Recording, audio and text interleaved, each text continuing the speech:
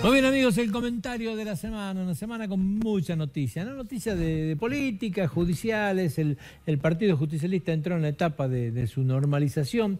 Las elecciones eran el 26 de noviembre, fue oficializada la lista única, la presidencia del partido la terminó asumiendo el actual diputado Rubén Rivarola. Han logrado conjugar una lista de unidad, digamos, donde prácticamente quedaron todos los sectores incorporados, la vuelta al viejo edificio del partido, que tiene algunas vicisitudes y algunos problemas, ¿no? Problemas con el personal, alguna falta de pago, los descuidos de los últimos tiempos. La realidad es que viene un derrotero bastante complicado para el Partido Justicialista. Estos temas que estamos hablando son los más sencillos, los más fáciles. El tema es volver a conjugar una fuerza política que reúna todas las voluntades, que reúna todas las expresiones y que pueda empezar a conformarse de nuevo una estructura partidaria para enfrentar lo que se viene. Muchos ven un camino árido y complicado de cara al 2019, nadie cree que va a ser sencillo para ningún sector de la oposición, pero la realidad es que dentro del marco de lo que sucedía en el Partido Justicialista, la historia como terminó siendo mucho mejor, porque el tema de las ideas de conjugar en el marco de las PASO, esta idea de las pasos espejo, digamos, ha terminado de alguna manera logrando conjugar voluntades. Se está yendo Celso Jaque, el interventor, va a terminar ahora en el mes de diciembre su intervención y creo que se va en un marco de tranquilidad. Hay un partido que ha vuelto a retomar, ¿no es cierto?, con los problemas de siempre, digamos, pero ha vuelto a retomar la normalidad y de nuevo está puesto en la carrera política, digamos. Así que arrancó en esta semana, digamos, el Partido Justicialista de vuelta en unos años que vienen, que nadie dice que va a ser un lecho rosa y que van a ser cuestiones sencillas. El tema de la escuela Domingo T. Pérez en San Pedro creo que ha ocupado gran parte de todos los noticieros y la noticia, ¿no? Las reacciones del día de ayer. Ayer la escuela estaba no tomada, pero no dejaban entrar. Recién veíamos en las expresiones de las docentes, digamos, también, de que habían hecho denuncia de esto. La realidad es que en aras de la gravedad de lo que había sucedido, si bien es cierto no podemos justificar ningún hecho de violencia, pero la reacción de los padres, de los chicos, es totalmente entendible, digamos, ¿sí? Por supuesto que hay que trabajar para que esto no sea de esta manera, pero la realidad es que cuando usted tiene una criatura de 7 años supuestamente abusada por un maestro de la escuela, bueno, sin lugar a duda que esto genera una reacción que se puede justificar en un marco de violencia. Para colmo de males, expresiones que vienen de la justicia, de que hablan de que podría haber otros casos de similares características, nos están dando un cuadro de situación de una gravedad total, donde uno se pregunta, ¿no? ¿Qué es lo que pasa? Que por ahí no terminan de detonar aquellas alarmas que se tienen que prender para ver si tenemos en la escuela casos de esto. Son temas complicados, uno espera que la justicia lo dirima con rapidez. Hoy hay una persona detenida, supuestamente es el autor de esto, por supuesto que lo tiene que demostrar la justicia, digamos, ¿no es cierto? Nosotros no vamos a asegurar una cosa como esta, pero claro, ha generado un estupor muy grande, una criatura de 7 años supuestamente abusada por un profesor de inglés, y se habla de que podrían existir casos anteriores. Bueno, es entendible, ¿no es cierto?, esto. Es necesario que la justicia actúe rápido, es necesario que se le dé respuesta a la sociedad, sobre todo a quienes asisten a esta escuela Domingo T. Pérez, una escuela tradicional en San Pedro de Jujuy, que se le dé una respuesta lo más rápido posible. Mañana están jurando los 24 senadores electos en el mes de octubre, ¿sí? Digo 24 porque son 8 provincias las que han elegido senadores, asumen 3 por provincia: Buenos Aires, Misiones, Formosa, Jujuy, La Rioja, San Juan, San Luis y Santa Cruz. Son los senadores que van a asumir. En este caso está asumiendo Carlos Saúl Menem, está asumiendo Cristina Fernández de Kirchner, también Adolfo Rodríguez Sá, o sea, 3 exgobernadores y en algunos casos 3 expresidentes, ¿no? Están asumiendo, porque Rodríguez Sá también fue presidente por minutos en la República Argentina. Así que esto se va a realizar mañana. Y mañana mismo también, en horas de la tarde, va a empezar a tener tratamiento el tema de la reforma previsional y la reforma impositiva, ¿sí? Viene con muchas complicaciones, algunas de ellas. Es un acuerdo que se ha hecho con 23 de los 24 gobernadores, lo ha firmado Santa Cruz con posterioridad porque no estaba Alicia Kirchner, la realidad es que lo firmó con posterioridad, pero el punto más complejo que tiene, que me parece que es el que más va a dar que hablar, tiene que ver en el marco de la reforma previsional lo que es el cálculo del tema jubilatorio.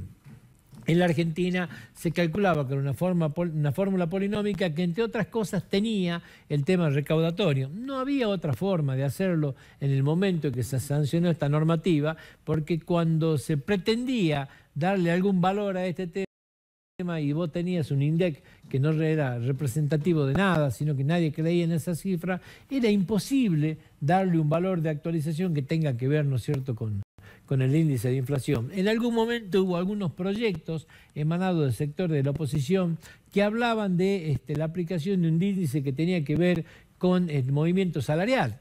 En Argentina hemos tenido durante muchísimo tiempo presupuestos que hablaban de una inflación del 10% y paritarias salariales que estaban en el 25%, como si alguien podría creer que iba a tener un recupero del salario real del 150%. Pero en Argentina hemos vivido más de 4 años de esta manera. Entonces, había un proyecto que sea con el tema salarial, no quisieron desde algunos sectores, entonces lo ataron a la recaudación, una recaudación que en ese momento venía en baja. ¿Sí? Los últimos 4 años del gobierno de Cristina Fernández de Kirchner, la recaudación empezó a caer en términos reales y el déficit fiscal fue cada vez más creciente. Esta situación es absolutamente a la inversa. Por eso el gobierno intenta con esta modificación de atarlo a la inflación, despegarlo de lo que es el tema recaudatorio. ¿Por qué? Porque se espera que en los próximos años haya un crecimiento mucho más fuerte, consolidado, y esto va a significar una diferencia en el ingreso real mucho más importante. Si te vas a los últimos 3 o 4 meses, la recaudación ha crecido arriba del 30% referida al último año, con un proceso inflacionario que esperan sea inferior al 20%, algunos más optimistas hablan del 17%. La realidad es que acá hay una diferencia muy, pero muy grande. El tema de haber acordado la modificación y haberla hecha por decreto de esta manera, dicen algunos que le significaría al gobierno nacional un ahorro del orden de los 100.000 millones de pesos. Claro, ¿quién lo está pagando? Lo está pagando el jubilado. Sin duda, lo está pagando la jubilación mínima. Este acuerdo que se ha arreglado, que lo anunció Pichetto también y que tenía que ver con un 70 y 30, un 70 que tenga que ver con el tema inflacionario y un 30 que tenga que ver con el aumento de los sueldos, con este índice, de alguna manera no deja de ser lo mismo. Nadie cree que va a haber incrementos salariales que van a superar la inflación del año ese. Entonces, acá creo que está el punto más complicado, ¿no? Acá está una CGT que se opone, acá hay sectores del propio oficialismo que no quiere, acá el Frente Renovador se retiró de la mesa de negociación y no quiere estar. Hay que ver qué es lo que pasa con la reforma previsional en este punto específico. Me parece que es lo más complicado que tiene el gobierno para adelante y hay que ver cómo lo logran resolver, ¿sí? Pero el debate arranca en el día de mañana.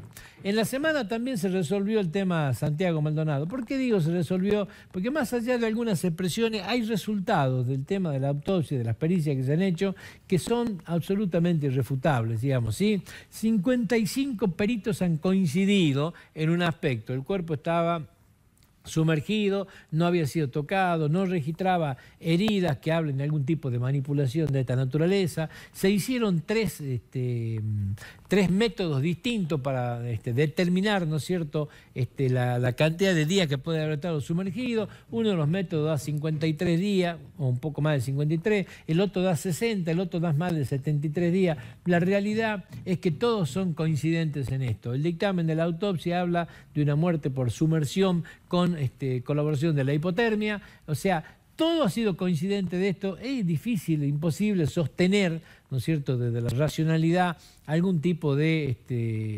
idea que esto puede haber sido una desaparición forzada. O sea, las primeras elucubraciones hoy son imposibles desde lo técnico sostener. Desde lo político puede ser, pero el tema va perdiendo identidad completamente. Y ha terminado de enterrarlo al tema la situación de Rafael Neuel, de este joven mapuche también, de 22 años de edad, que muere en confusas situaciones de 48 horas, ¿no es cierto?, en lo que pasó en Bariloche, y ha terminado esto en Villa Mascardi, estamos hablando en este caso, ha terminado de enterrar lo otro, porque se ha encontrado un tema nuevo que es debate de hoy. Las pericias confirmaron que fue muerto por una bala 9 milímetros, similar a la que usaban las fuerzas de seguridad de Albastro. El gobierno ha salido, en una conferencia de prensa donde estaba la ministra de Seguridad y el ministro Garabano, han salido a sostener firmemente, ¿no es cierto?, la tesitura y la postura que tienen las fuerzas de seguridad. Se habla de que no van a modificar ningún tipo de actitud en lo que se refiere a que a todo este tipo de manifestaciones las Fuerzas Armadas van a seguir yendo armados, porque han encontrado del otro lado fuerzas que trabajan con una violencia extrema, que van armados, que hubo una represión a tiros que se hicieron en esto, que hubo prácticamente una batalla. Bueno, hoy está esto planteado. Lamentablemente volvemos a caer en lo mismo, la justicia que no pudo actuar de entrada, que no puede conjugar las pruebas necesarias para determinar si del otro lado hubo tiros también. Volvemos a lo mismo, ¿no?, de este país medio raro, donde aparecen estos RAM, digamos, que son, dicen ellos mapuche, la realidad lo decía el gobernador Huetrenenegui, que tienen 60 comunidades mapuche, están en diálogo con todo, están ante el presupuesto. Los RAM no son mapuche, los RAM es un grupo totalmente extralimitado, digamos, que no reconoce al Estado argentino, absolutamente anárquico, que no acepta ninguna regla de juego y que lo que está haciendo es una provocación permanente, tomando parques nacionales. Bueno, parece ser que vamos a tener instancias muy, pero muy complicadas de cara al futuro de enfrentamientos que lo van a ir llevando permanentemente. Ya hubo enfrentamientos en Córdoba, en manifestaciones, con policías heridos. Parece ser que esto va a ser una constante, lamentablemente, en el marco de lo que son estas refriegas que se arman desde lo político con fines netamente políticos. Bueno, se ha encontrado ahora el elemento claro en esto, ¿no?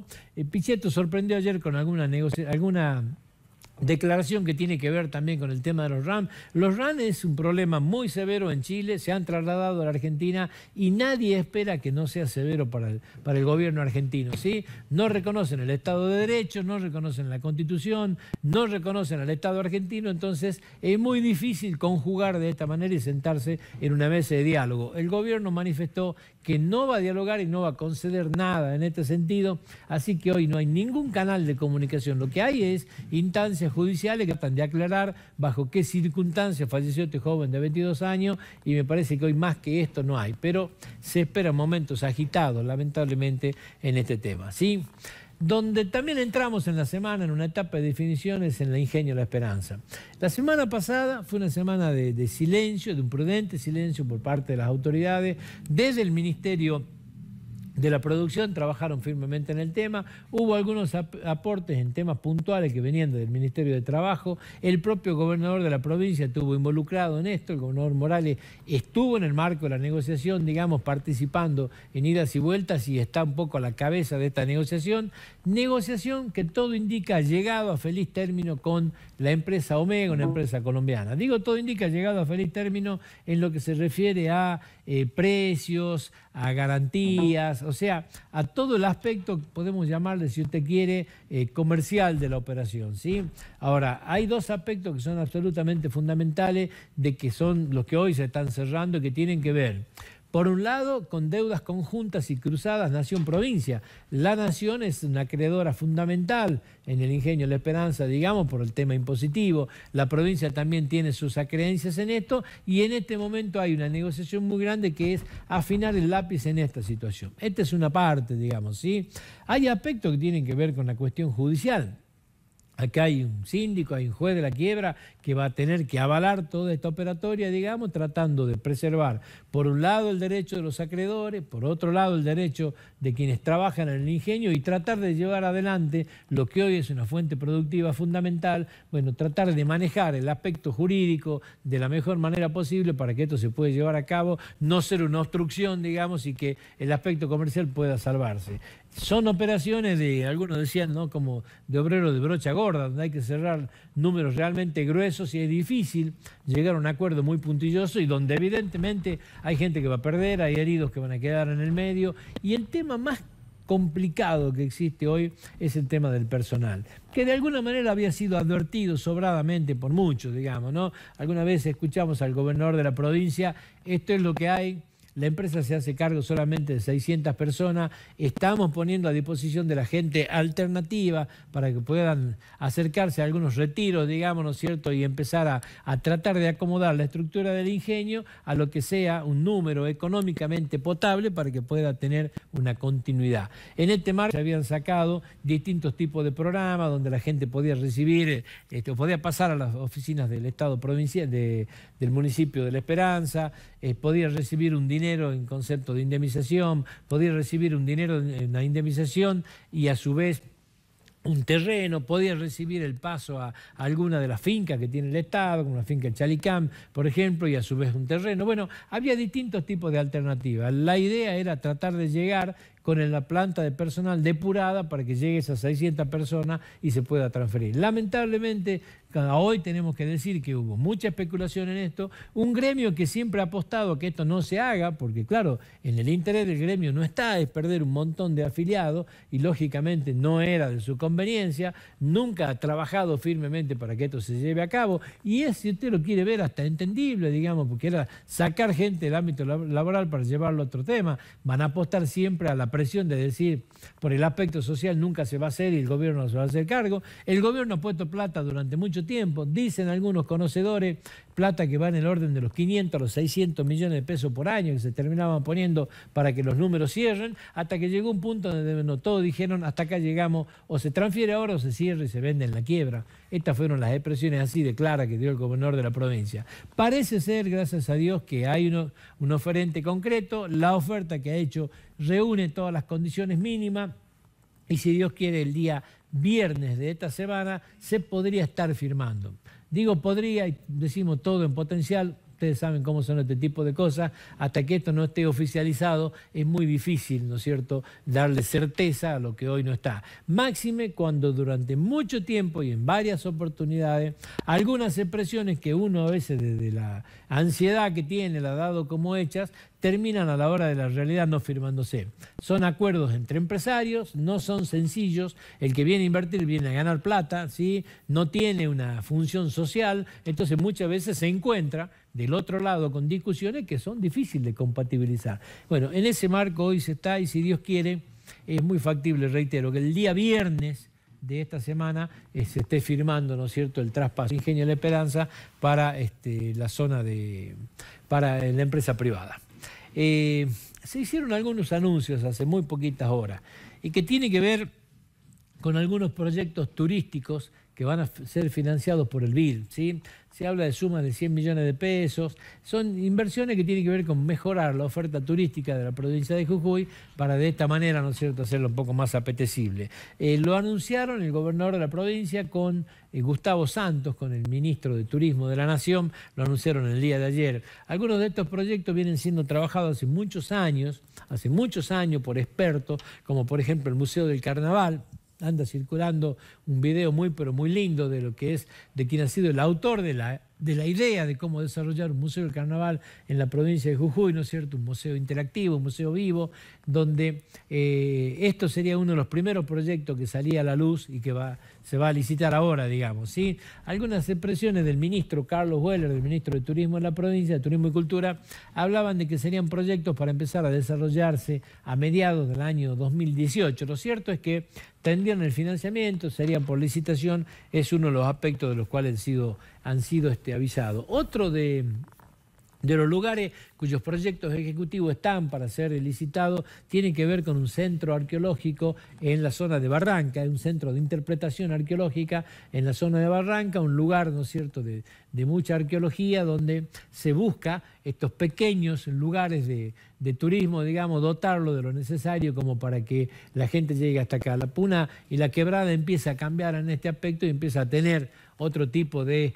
oferta turística de una calidad, ¿sí? Esto de llevar adelante centros interpretativos es revalorizar, ¿no es cierto?, todo lo que es la parte arqueológica de la zona, darle la verdadera protección también y que la gente que visite tenga el asesoramiento adecuado para saber qué es lo que está viendo y que conozca la verdadera riqueza y nuestro verdadero patrimonio. El otro tema tiene que ver con un espectáculo de luz y sonido que se pretende realizar en lo que es el monumento a la independencia, ¿sí? En la ciudad, en la histórica ciudad de Mogoaca, que tiene que ver con algo parecido a lo que se hace en la Casa de Tucumán, si quieren, donde se cuente la historia y donde se pueda llegar a tener un espectáculo de esta dimensión y de estas características en la histórica ciudad de Mogoaca. Estos serían los 3 proyectos ejecutivos que tienen su forma, digamos, y que estarían empezando ahora a trabajarse en todo un proceso licitatorio. En la noticia se hablaron de dos proyectos más. Alguno tenía que ver con la refacción integral del mercado y el otro tenía que ver con fondos para el desarrollo de los pueblos autóctonos, los pueblos auténticos, ¿sí?